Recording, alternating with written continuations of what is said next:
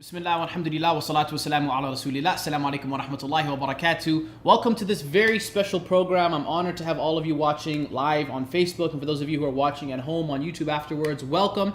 This is a very special program. We're going to be honoring this tradition of Black History Month that we know about in North America. Black History Month is something that celebrates the achievements of Black and African people in North America, particularly in the month of February. And what we're going to be doing this month is putting a little bit of a twist on it and exploring the contributions, the histories, and the civilizations of Black Muslims throughout history. And who better to discuss history than world-renowned doctor and historian Sheikh Abdullah Hakim, who's with me here. Assalamu alaikum, Sheikh. Walaikum assalam wa rahmatullah. Alhamdulillah. So part of this discussion is going to be looking at different aspects of Black and African history throughout time and throughout Islamic history. So we're going to be opening up with a civilization that many people are familiar with, that has such major esteem, I believe, in world history, which is the Egyptian civilization. And Egypt is one of those places that I believe has a lot of interesting connotation to it, because when ancient archaeologists and people have discovered that space, when archaeologists first came into Egypt, they would see the faces of the Sphinx and the drawings of different people within the pyramids, and come to the conclusion naturally these were Black and African people, whereas sometimes still in history we find that people say no, these were actually Europeans, or these were Arabs as we know today in Egypt. But I think that actual civilization has a lot of history that we can learn about. Yeah. So I want to open up and talk about ancient Egypt, because I know it's a place that many of us are curious about, and we want to know what's the relation between Islamic history and ancient Egypt. So can we talk a little bit about ancient Egypt and the world that Islam has combined within it? Yes, Bismillah ar-Rahman ar-Rahim. This topic is a very important one for me, because growing up in America as an African American, I began to question my roots from an early age. Mm-hmm. And we're mainly taught by the media. So television, the movies are giving certain images. And one of the most important stories in the movies is ancient Egypt. Mm-hmm. And so we saw the Pharaoh as Charlton Heston, and Elizabeth Taylor as the Cleopatra. Right. These are Europeans. Right. And great civilization, but another great achievement for Europe. Mm-hmm. I didn't want to accept this, because when you look at the map, Egypt is part of Africa. Mm-hmm. It's not really Greece. So what's really going on? Right. I said, okay, let me take it a step further. I began to study African history in America in the English language. I accepted Islam, and I traveled to Arabia. I learned Arabic language. And then I continued traveling. So I traveled around the African continent. I had the opportunity to go up the Nile, that's south, and then to go down into the pyramids. Mm. So not only the Great Pyramid of Giza, but to go deep south to Aswan, to Abu Simbel, to go down into the pyramids, to see the hieroglyphics. You actually went into the pyramids? Yeah, I actually went down, wow, to the bottom of the pyramids. Wow, subhanAllah. And then while I was doing this, I was gaining a master's and a PhD in African history. Mm-hmm. So I'm learning the tools of the trade. Right. And I found some shocking information. Really? It's completely opposite from what we were taught. Mm.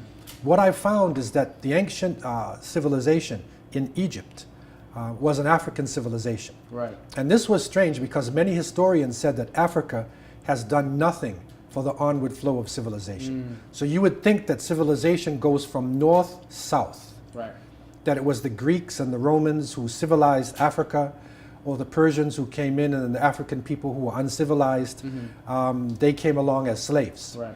When you actually go there and look on the ground, mm-hmm, go into the languages, go into the real hardcore evidence, you find the opposite. What we find, and it's shocking, is that the ancient Egyptians really came from the south, because the Nile River flows from south-north. Mm. When you look at the map, you will think it's north-south. Logically, you think logically, but the mountains are in Ethiopia and Kenya, right, and those areas, Uganda, so it flows from the mountains south to the north. Okay. Similarly was the civilization. Mm. When the historians honestly went into this ancient civilization, they found that people were actually cultivating the Nile. You got this massive river flowing down, and it's carrying with it fertile soil, the silt. And so it carries it along this river. And so all along it is fertile land. Right. So the ancient civilization follows the river all the way to the delta, which would be, in the north. And so it's from way back in 17,000 BC. Wow. Now we have to unlock our minds now. 17,000 BC. Think about this. Yeah. That from way back, the Nile River is flowing. People are involved in cultivation and agriculture. And historians now recognize the fact that it's somewhere around 10,000 BC that they actually became organized. Sheikh Anta Diop, or Diop from Senegal, he wrote a history. It was actually put in the UNESCO History of Africa, which is a major historical work. Right. And this work uncovered the fact that somewhere around 10,000 BC you have organized civilization. Why? How can you assume that? The Egyptian calendar is dated back from around 4,245 BC. They had a functioning calendar. Okay? The hieroglyphics come into place, this is the early writing, around 3,100 BC. Okay? Now, how can you do that? You don't just do that from the sky. You have to develop in order to have a calendar and whatnot. So they date it back to around 10,000 BC, and then the people are now settling in the Nile. And so it's somewhere around 3,200 BC that the great Pharaoh or the leader Namir, he unites the southern part with the northern part. And so most history books say Egypt starts here, 3,200 BC. This is the unification. Right. But the problem is, it's just after the unification, around 2,600 BC. Remember, when you go BC, it gets smaller and smaller, going to an AD, right? So when you're around 2,650 BC, they have built a great pyramid. This is called the Step Pyramid of Djoser. And this is a massive structure which is built at that time. And I got the chance to go to this pyramid, and you go down in the pyramid and you see that they actually had decimal points, they had zero, they had all of the elements of modern math. Wow. And so this is the ancient structure which is built in this time period, which is called the Old Kingdom. And it's still standing? It's still standing. Now, if we in Canada or in the United States, if we have a building that's 100 years old, it's considered a national treasure. Oh, yeah. You can't do construction there. You can't do That's nothing right. with it. Yeah. So this is 2,650 BC. Add on, our present, date. You're talking somewhere around 5,000 years. Wow. And the structure is still there. Hieroglyphics is coming in. Philosophy, science, and people recognize it was these early people from the south. And they even date back, in the early times, that there was in 3,500 before the unification, there's a place called Tarseti. And this is what is now called Nubia. It's southern Egypt, it's northern Sudan, in this region. So Tarseti had 12 kings. This is recognized by all universities. There was 12 kings, and they were the ones that actually set the pace for the unification.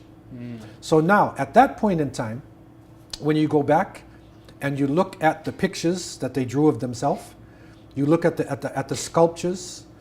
Sheikh Anta Diop, he studied actually the mummies in terms of the melanin, the bone structures. It is clear they were black African people. There's no doubt about it from the early times. Because really now, remember, we're dealing with 3,000 BC, 3,200 BC. The Greeks organized their civilization somewhere around the 8th century BC, right? So that's the 700s. Yeah. So you're talking about 2,500 years later is when the Greeks begin. So look at the distortion in history. Yeah. And very interestingly, in the United States, they inaugurated Donald Trump as the 45th president of the United States. Unfortunately, yes. However, look at this now. Let's compare it now. Right. And this is a great honor for America, 45. But Manetho, who was a great Egyptian priest and historian, he counted the kings.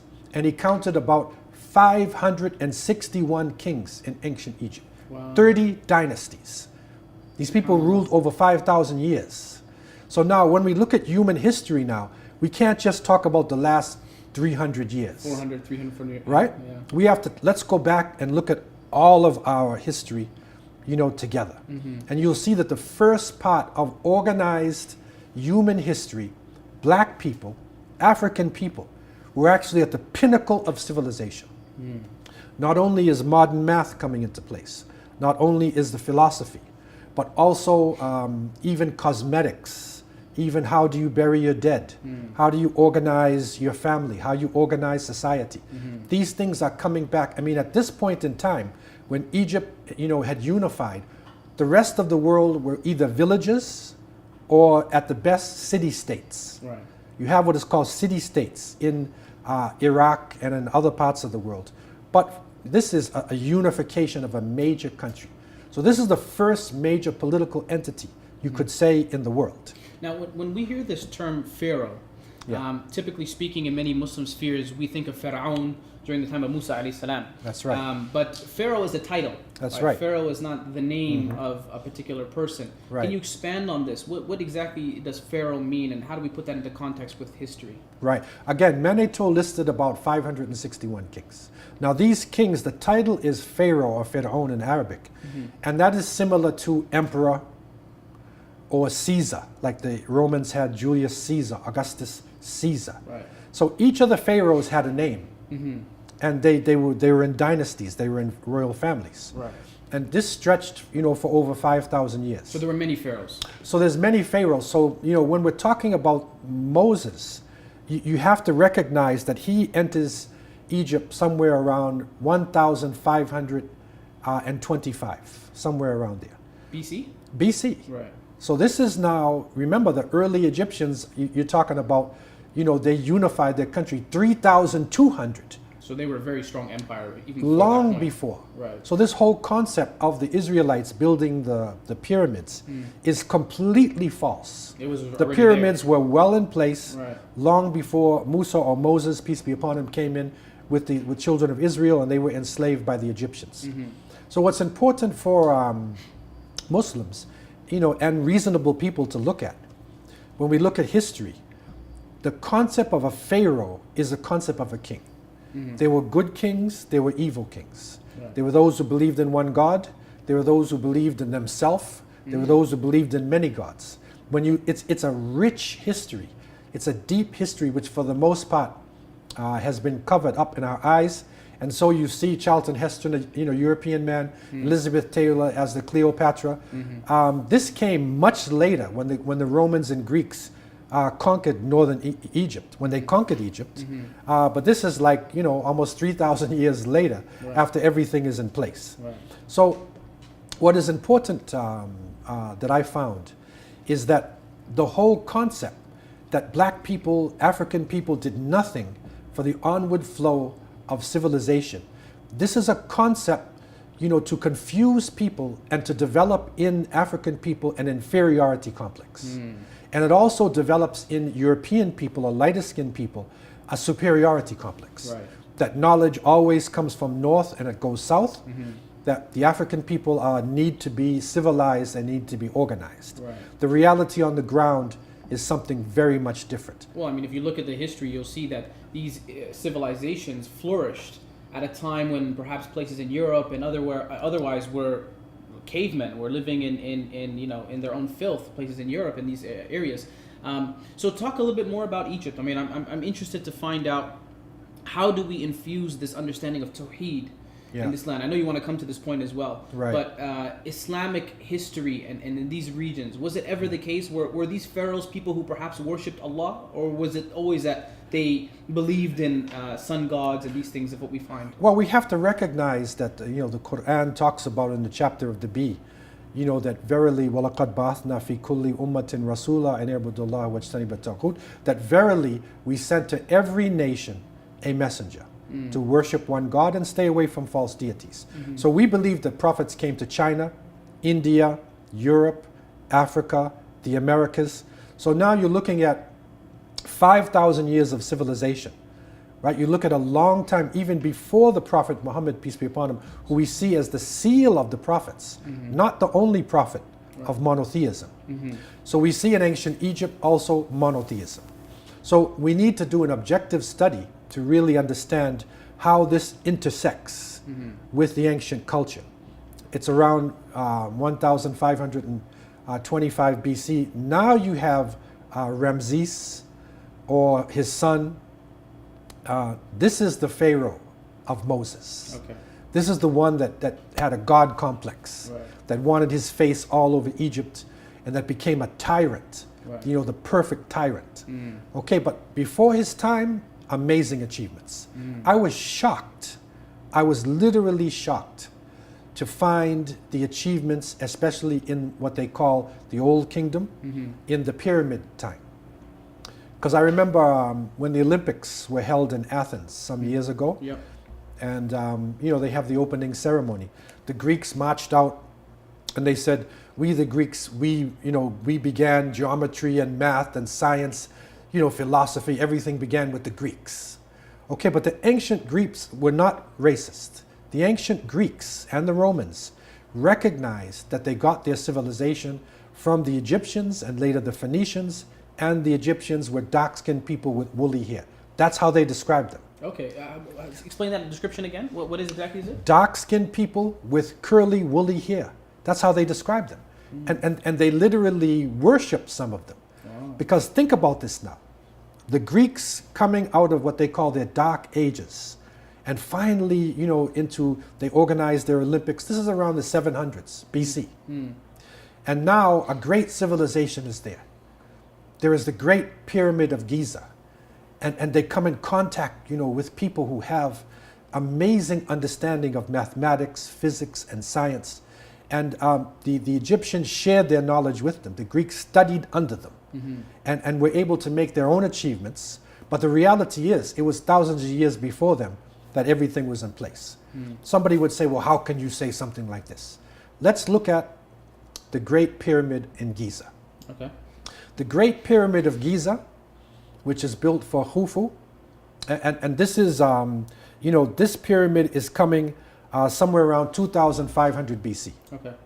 And this is built for Khufu, and this pyramid, you can consider it to be the greatest building ever made by human beings. Now, this is a bold statement. Why would I say something like this?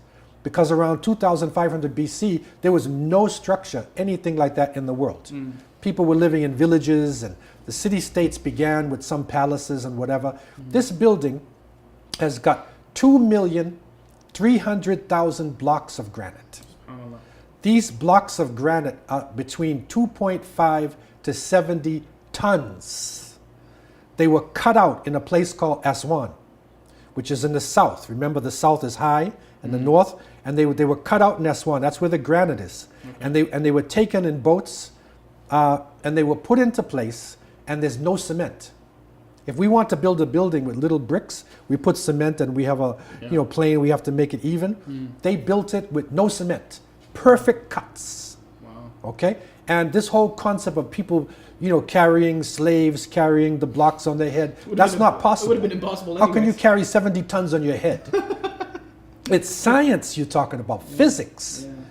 Their level of science is unbelievable. I mean, to the extent that we still don't really know how they did it today. We don't know how they did it. The Japanese even came in with their equipment in the 60s, and they tried to cut out the blocks and use a technology, but the sand came in, it destroyed all their equipment. Wow. They don't know how the ancient Egyptians did this. Look at this building. In the one structure, there is enough for 30 Empire State Buildings. That's in New York. Wow. Right? The Empire State Building was a great structure. There is enough granite to build all of the churches and cathedrals in England from the time of Christ until now, in one building. Wow. The corners of the pyramid are perfect right angles.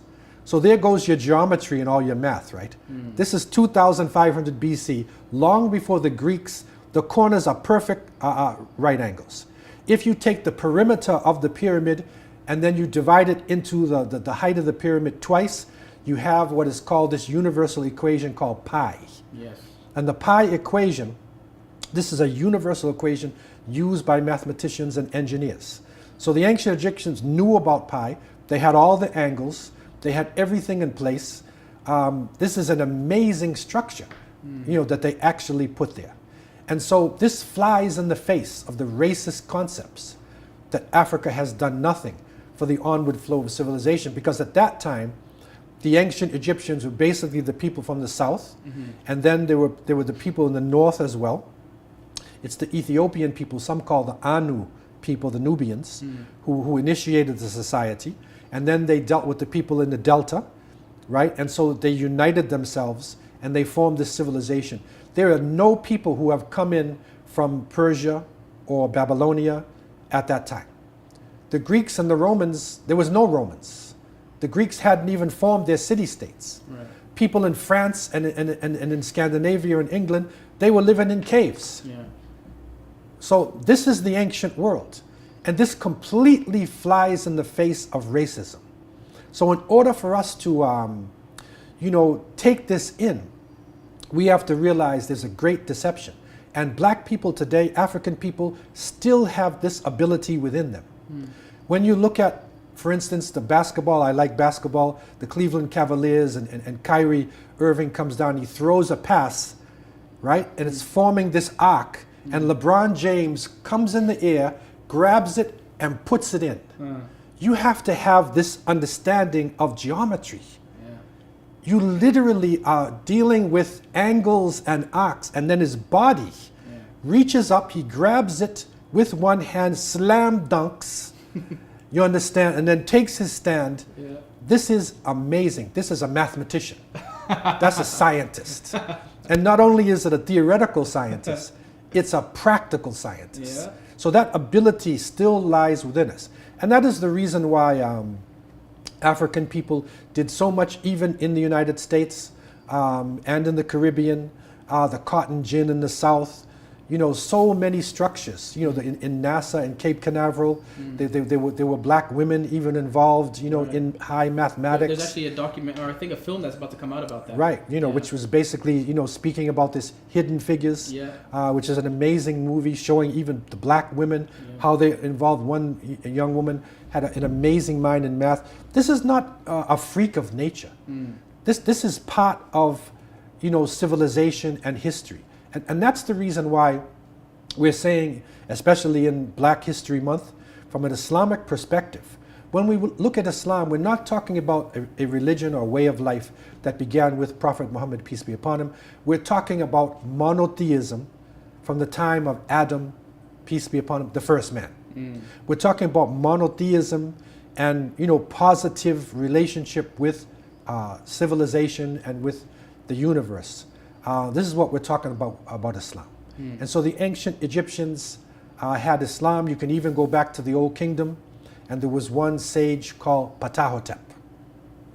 Ptahhotep, in the Old Kingdom, he wrote about the belief in one God.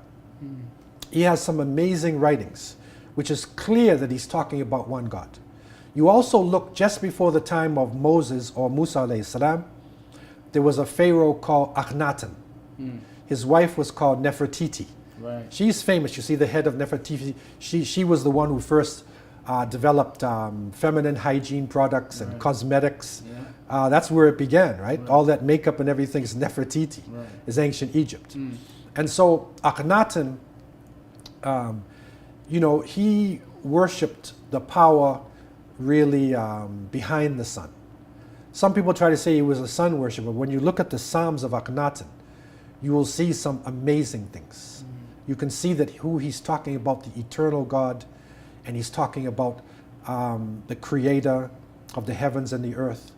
And so this belief in one God, this is an interesting concept, because Musa alayhi salam, he grew up in Egypt, and he had an Egyptian education. So he must have come in contact with these teachings as well. So he was being prepped, molded in a sense, to take on this monotheism. And it is when he flees from Egypt and then goes to the mountaintop and then receives revelation. Now it comes into light it's manifested. That's interesting, because I think for many of us, the concept of Tawheed in and of itself looks a particular way. For us, Tawheed is, 5 times a day Salah, fasting during the month of Ramadan, and the concepts in the Sharia which Muhammad ﷺ came with. Right. But when you examine ancient history and you look at civilizations which we believe perhaps had a tint of Tawheed to them. I mean, their Sharia didn't look like ours, right?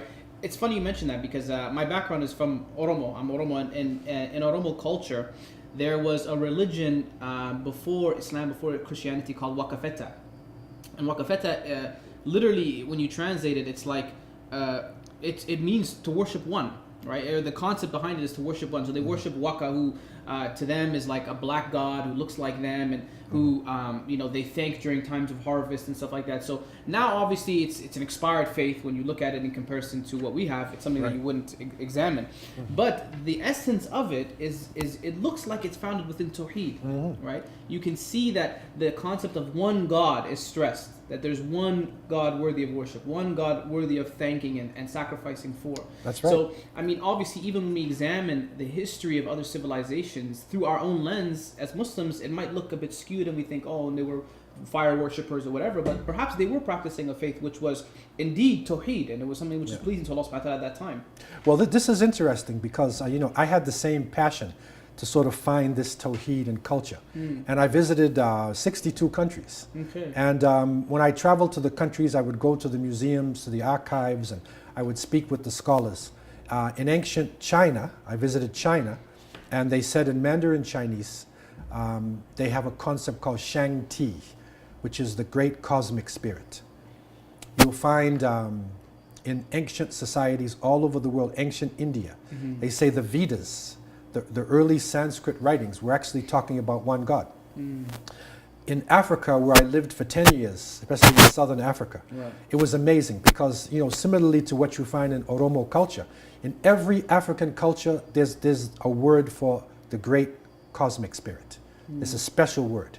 And I found in the south, for instance, amongst the Zulu people, Umdali, amongst the Sutu, Ramasedi, amongst the Xhosa people, Kamata. So you find this concept of one God, in the Congo region, in West Africa, amongst the Yoruba people, amongst the Ashanti people. So you find this concept of one God, and it's amazing, the Yoruba descriptions, this is in Nigeria, of one God, of God being the all-wise, El Hakim, right? And the great one, El Kabir, El Alim, the descriptions, the names and descriptions of Allah subhanahu wa ta'ala. This is the knowledge we believe that the ancient Nubians, or the Anu people, who were coming from that area of Sudan, Ethiopia, maybe some of your grandparents, actually, and we're talking about way back now, 3,500 BC Taseti. So it is our belief that, like all people in ancient times, they had the belief in one God. There were some who worship idols. There are some who worship the sun, some who worship themselves. But that concept, that unity concept, existed from the beginning of time. And it's so beautiful to see it. I found amongst the native people in the Americas that Tawheed was very powerful. Really? Amongst the Micmac people in Newfoundland. And when Jacques Cartier first came into Canada, Canadian region, and he found the Micmac, their concept is called Niskam. And the elders of the Micmac people who live in Newfoundland area, that's the eastern side of Canada, their concept of God is very similar to the Egyptian, to the Islamic concept. Really? And the way they describe God is like the 99 names of Allah subhanahu wa ta'ala. Wow. It's amazing. The Cherokee Nation had a definite belief in the one God. And they used to turn and face east and make their prayers. They had a definite belief in one God. Dr. Robert Crane, who was a part Cherokee, he did a lot of interesting writings. So you find this concept of the Great Spirit throughout the Americas. The ancient Mexicans had a description of him as almost like a prophet. They even described this person. I was even in Scotland at one point in Glasgow doing a program with a Scottish Muslim. And they were talking about before the time of the Prophet Muhammad, peace be upon him, that there was a man who came into the northern region of the British Isles and Scotland. He was talking about one God. So we believe that that even came into Europe, that they had the belief in one God as well. Right. So this is a universal concept. And when we look at the universal concept, we have to go back to Africa, because the Egyptians, people on the Nile, they were the first organized society. And you can go back in ancient times and you can look, the level of the Egyptians, black African people, was astounding. Right. So when we say in America that we want to make America great, African people need to say, we need to make Africa great again. You know, we need to make, African people great again. Not in a negative way, but in a way where they will again take that lead, in developing civilization and making astounding achievements. It's not enough for us now to be throwing a football or to be slam dunking. We have to take that knowledge and put it into practice to let the children know that mind that you have, don't throw it away with drugs. Don't throw it away with fornication and adultery and crime, but use that mind in a positive way, like the ancient Egyptians and Ethiopians did, and make the achievements that African people have done from the beginning of time. And I think that's really an amazing jumping off point, because I think part of the reasoning behind this discussion is to also inspire people and to have young black Muslim children and otherwise, just acknowledge that they do come from something greater. I think part of the confusion and identity crisis a lot of young black people have living in this day and age is we feel like we are nothing. I remember growing up and the only time black or African people were ever spoken about was in the context of slavery. And you think that that's where your civilization has begun. That's your history is that. But to acknowledge that, no, you are a part of something greater. You are and have been, involved in one of the greatest civilizations of society is an empowering notion. And I think you infusing that with Islam is something that only is going to heighten that sense of, responsibility that we can do something greater. So back to Egypt. What else did you find? Obviously your study there has been so extensive. Any other things that you found fascinating in relation to especially Islamic history? Well, again, what I found is that the mind of the Egyptians, of those living on the Nile Valley, it continued on, because when the Prophet Muhammad, peace be upon him, came as the last prophet, the stage had been set in the Mediterranean basin. There was a struggle for monotheism, and going back to 325 AD. We're going up now to AD. Right. Constantine called the Council of Nicaea, right, 325 AD, and he organized Christianity in the belief in the Trinity. But one of the great bishops was named Arius, and he was a Libyan bishop who was teaching in Alexandria in Egypt. And he refused to accept this. He believed in one God. He believed that Jesus was a prophet. He did not accept Trinity or multiplicity of God or the divinity of Christ, and he was executed. Wow. And his followers, were executed as well, hundreds and thousands of them. But it is these people who scattered in the area of Syria, Palestine, Egypt, North Africa. These people were the ones who, when the final message came, they were overjoyed, because they were standing for the belief in one God. You even find Prophet Muhammad, peace be upon him, ran into the monk, Bahira, when he was on the road. Right. That the monk was there trying to see if there's anybody who has this belief in one God. Is there a final messenger coming? Where did the monk get his understanding from? This was being carried on. This monotheism was being carried on in the Mediterranean basin. And really the last prophet is coming up. And so when the Romans, attacked the Muslims and the Muslims defeated them, the first place they looked at after Syria and Palestine was Egypt, because the Nile Valley has always been and will always be one of the centers of world civilization.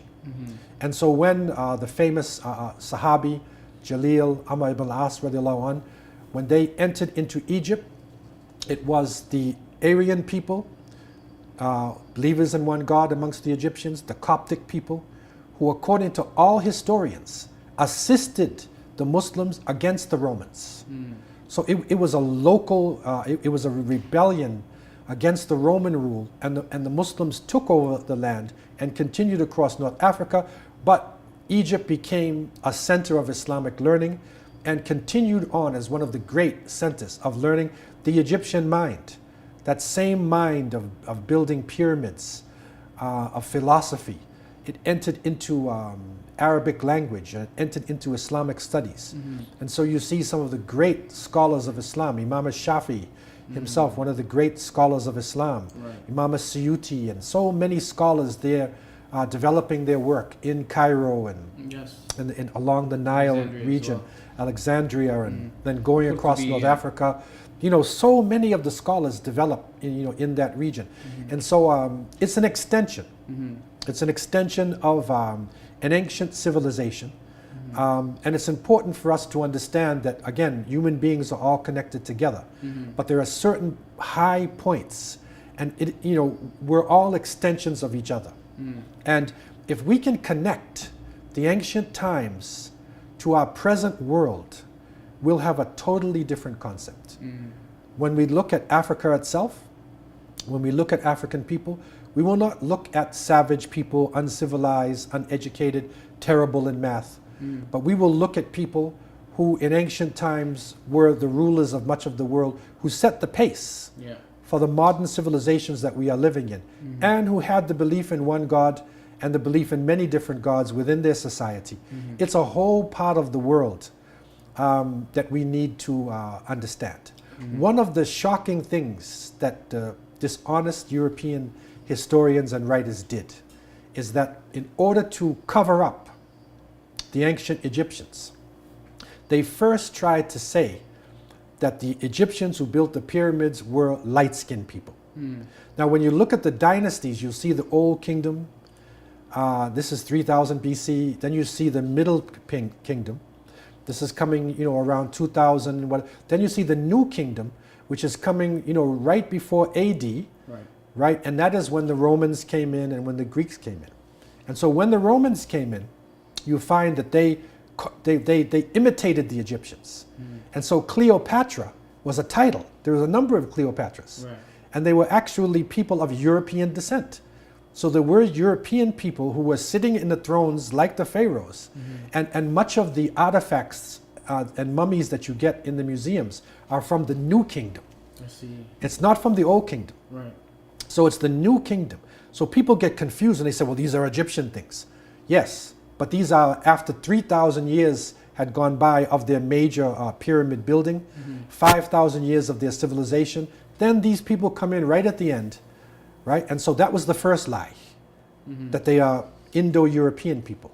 The second lie, which is even greater than that, is that they said, we cannot attribute this civilization to black African people, so we will say it was aliens who flew down on Earth, built the pyramids, right, and then flew back in space. And so now you have children watching Stargate and other programs thinking, no, this pyramid couldn't be black people. How can they build something like that? That's how much hatred they have. It's an alien who came down, subjugated the people, built a pyramid, and then flew back out in space. That makes more sense than black people. That makes more sense. But the hardcore evidence, and that's where our young people need to study history. Don't get caught up with the story of the aliens or the story of the mutant creatures. Right? No, let us get caught up with the history of our peoples, history of humanity, the great achievements made in Africa. And that is the reason why Carter G. Woodson and the people developed Black History Month. And that was, to highlight these achievements. And this is not to say the achievements did not happen in China, in India, in Europe, in the Americas. No. But let's take, a hidden part of history. Let's uncover a legacy. And let's give it to the world. And that is where, as a Muslim, as a person of African descent, I celebrate this time.